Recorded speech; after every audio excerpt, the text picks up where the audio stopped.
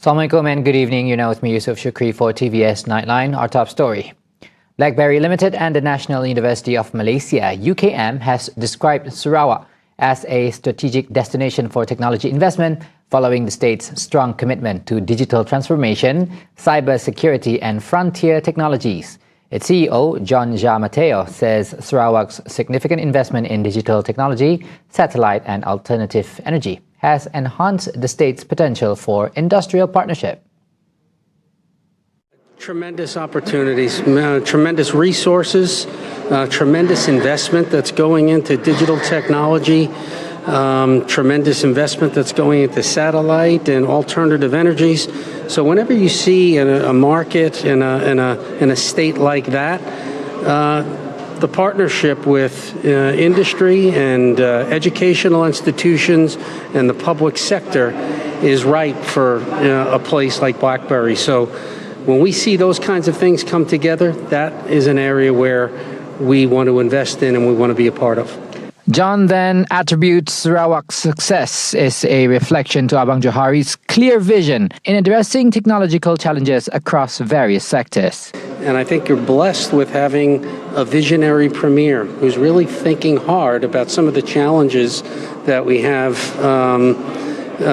across industries, whether that be from hydrogen and solar to silicon and secure communications. And we're proud to be partnering with UKM to bring everything BlackBerry can bring to the equation to help solve some of these challenges together.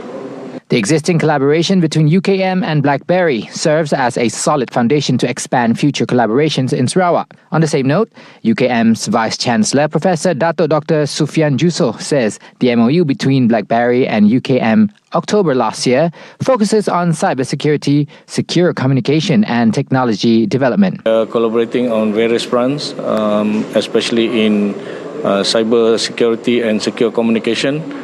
Among others, we are looking into the issue of sovereignty of data, the issue of secure communication of the government.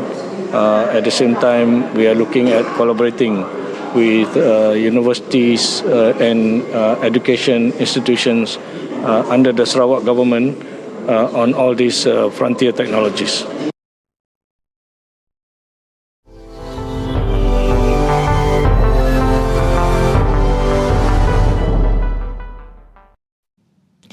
While most of the genocide in Palestine are being shown explicitly to the people, to the world, mostly through independent and non-biased mainstream media, the horror that unfolds at detention centers where war prisoners are being held is left untold. The prisoners, mostly Palestinians, are subjected to various forms of torture, including one that is so unimaginable that many could not believe the actual reality these prisoners are living through. Raped by dogs that are trained specifically to perform such horrendous immoral behavior. Courtesy of Double Down News journalist Maha Hussaini and former IDF intelligence officer Shail Ben Ephraim reports their findings from the Sdei Taiman Detention Center.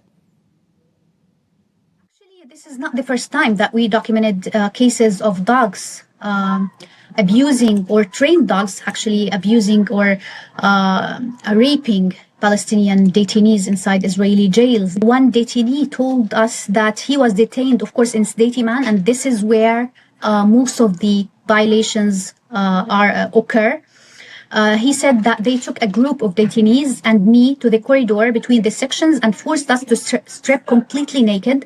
The soldiers brought in several dogs. One of them urinated on me. One of the dogs then raped me, penetrated my anus in a trained manner when I was being beaten.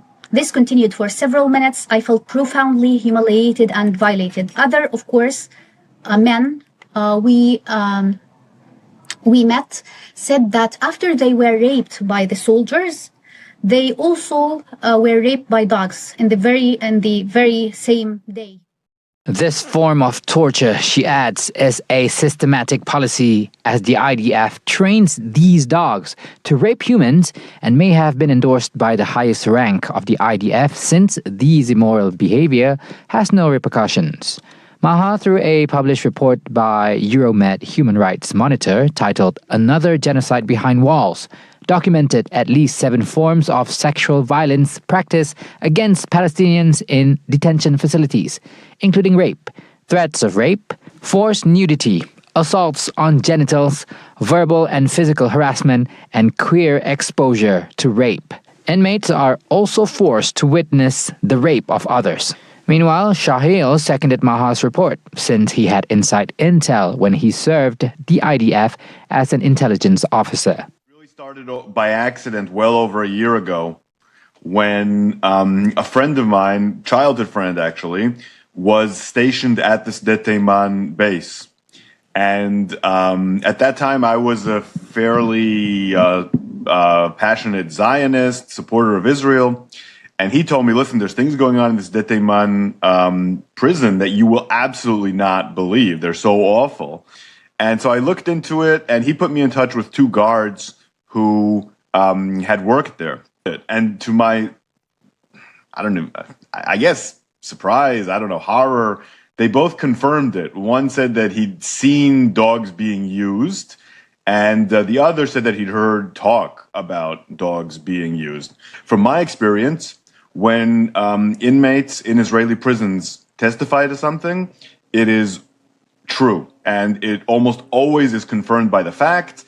After Zionists and Israel supporters deny it and say that it's just hearsay, it's almost always supported by the facts. Believe the victims, especially when there's several testimonies. Shahil states that these cases almost exclusively occur at the Deteyman detention facility. Previously, a video showing a dog raping an inmate was leaked online in Israeli media. Though the media agency was faced with a lawsuit, charges were dropped, and the only party who faced real consequences was a military attorney, Yifat Yerushalmi, who leaked the video. Hatred towards Palestinians, he adds, is high among Israelis, especially those who were involved in perpetrating October 7th, and such torture implicated on Palestinian prisoners is part of their agenda to drive Palestinians out of their so-called promised land. Now, tensions between the U.S. and Iran erupted into an oil tanker seizure at the Indian Ocean as U.S. President Donald Trump announces that he will end the war with Iran, quote, very quickly. Amid the chaos, China and Russia's top leaders met in Beijing just a week after Xi Jinping met his U.S. counterpart. Let's break these stories down. Citing a report from the Wall Street Journal earlier today, the U.S. seized an Iran-linked oil tanker in the Indian Ocean as Washington maintains military and economic pressure on Tehran while negotiations are ongoing. The tanker, known as the Skywave, was sanctioned by the U.S. in March for its role in transporting Iranian oil and was likely carrying more than 1 million barrels of crude loaded at Iran's Karg Island in February. Allegedly, the vessel was operating in an area known for shadowy ship-to-ship oil transfers. I think we're going to be finished with that very quickly. Trump says the war will end quickly, reiterating what his deputy J.D. Vance implied earlier, that the U.S. Army is locked and loaded for the next round of offense. During the same speech, Trump also highlights the U.S.'s military strength, crediting recent operations had degraded Iran's capabilities. We have to stop them. They have nuclear on their mind, and we're not going to let them have a nuclear weapon. And as mentioned, Xi and Vladimir Putin met in Beijing today. The latter was welcomed with a full and warmer ceremony compared to what Trump was given. Hours ago, they signed a raft of agreements on trade, media, and energy. When addressing each other, Xi hailed an unyielding bond with Russia as both countries have committed to developing a strategic partnership of coordination on the basis of equal treatment, mutual respect, good faith, justice, and a win-win cooperation. Putin responds by stating that both countries share the same goal, prioritizing the well-being and prosperity of their people.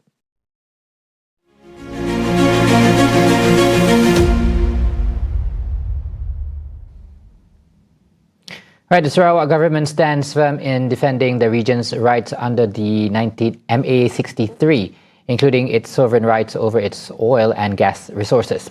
Premier of Sarawak, Dr. Patinggi Tan Sri Abang Johari Tunopeng, reaffirms that the claims put forward by the state are strictly grounded in law and represent the absolute rights that unquestionably belong to Sarawak.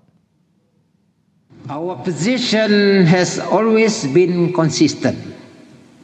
We are only asking for what rightly belongs to the people of Sarawak.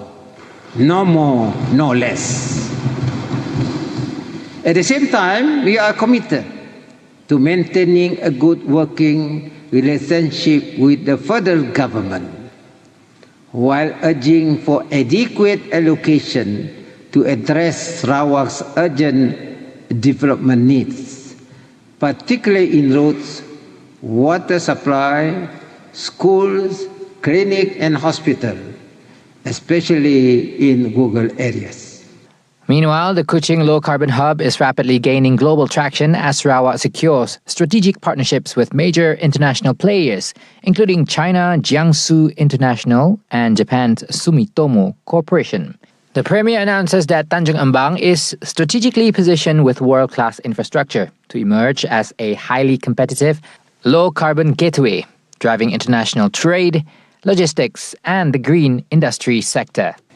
Growing interest from Europe and other regions reflect confidence in KLCH long-term potential. With its prime location and shared infrastructure, Tanjung Embang is well positioned to become a competitive, low-carbon gateway for trade, logistics and green industries. A key part of this master plan includes the new Kuching International Airport and a deep sea port, which will facilitate connectivity, support trade, and expand our participation in regional and global supply chain. NKIA will be developed as a future-ready aviation hub with an initial capacity of 15 million passengers a year, scalable to 60 million.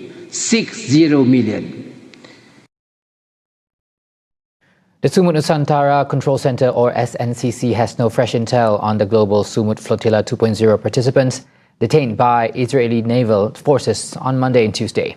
Its Director General Datuk Sani Arabi Abdul Alim Arabi confirms the operations center is currently excluded from any direct communication regarding the activists' status and well-being. Dan saya kira masa ini adalah masa yang sangat penting.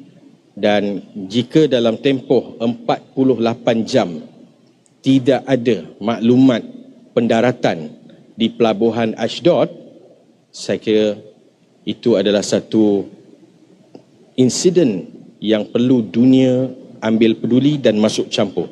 Earlier reports confirmed the flotilla entered its final operational phase as 54 vessels departed from Marmaris port in Turkey bound for Gaza, with SNCC constantly adjusting risk radius parameters along yellow and red zones based on the latest intelligence. The Director General adds that preliminary intel suggests that detained activists are being held in shipboard brigs en route to Ashdod port, although official verification remains critically scarce. Yusuf Shukri for TVS Nightline. Good night and Assalamualaikum.